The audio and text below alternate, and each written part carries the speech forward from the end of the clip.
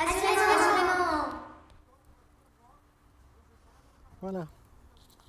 Nous sommes au rocher de Roquebrune-sur-Argent et nous sommes à la sortie du village, au pied d'un parking, avec beaucoup de voitures aujourd'hui, car nous sommes à une petite ferme cueillette, une des rares du coin, côté Var, mais pas très loin des Alpes-Maritimes. Et dans cette petite ferme cueillette, qui porte bien son nom, on a la possibilité, à partir du moment où on a un panneau, de cueillir les produits. Donc ici, du fenouil. Donc tout ça est libre d'être cueilli. Et puis bien sûr, ensuite, dans la petite guitoune, ici, de peser ce qu'on a récolté dans ces petits sacs. Ou alors, pour ceux qui sont plus, je dirais, promeneurs, visiteurs, feignants, hein, disons-le, à ce moment-là, de peser et de prendre, comme chez les imprimeurs, des produits déjà cueillis.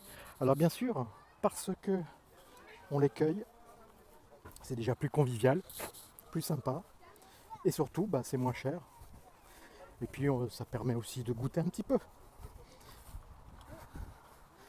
Et puis, vous voyez, beaucoup d'enfants, donc ça permet surtout de, je dirais, d'être assez formateur, savoir un peu comment ça sort de la terre, comment ça pousse, ces beaux épis, par exemple. Et puis il y a une petite déco, une mise en scène qui n'est pas désagréable, avec des petits produits, des petits éléments. Occasion aussi de dire qu'un petit peu plus loin, à 3-4 km en cette direction, donc la direction du rocher et indirectement la direction de l'autoroute, on retrouve une base nautique dont on reparlera ultérieurement. Voilà, nous allons poursuivre ensuite la visite de l'autre côté pour voir des produits un peu plus différents de cette cueillette qu'on appelle du rocher, donc du rocher de Roquebrune-sur-Argent.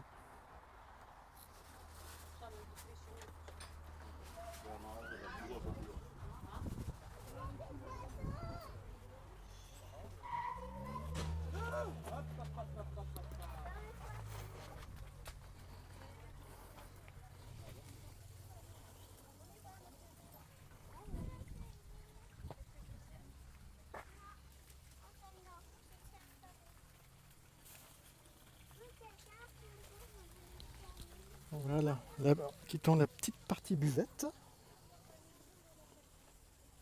le petit potager. On est vraiment dans un jardin tel que auraient pu le faire nos grands-pères, nos tantes, le figuier et la petite fontaine. Voilà donc la partie conviviale. Et puis ensuite, au boulot, c'est encore tous ces champs qui s'étendent jusque à la partie boisée là-bas. Et là-bas, on a même une petite ferme pour les œufs, j'imagine. Réouverture au printemps.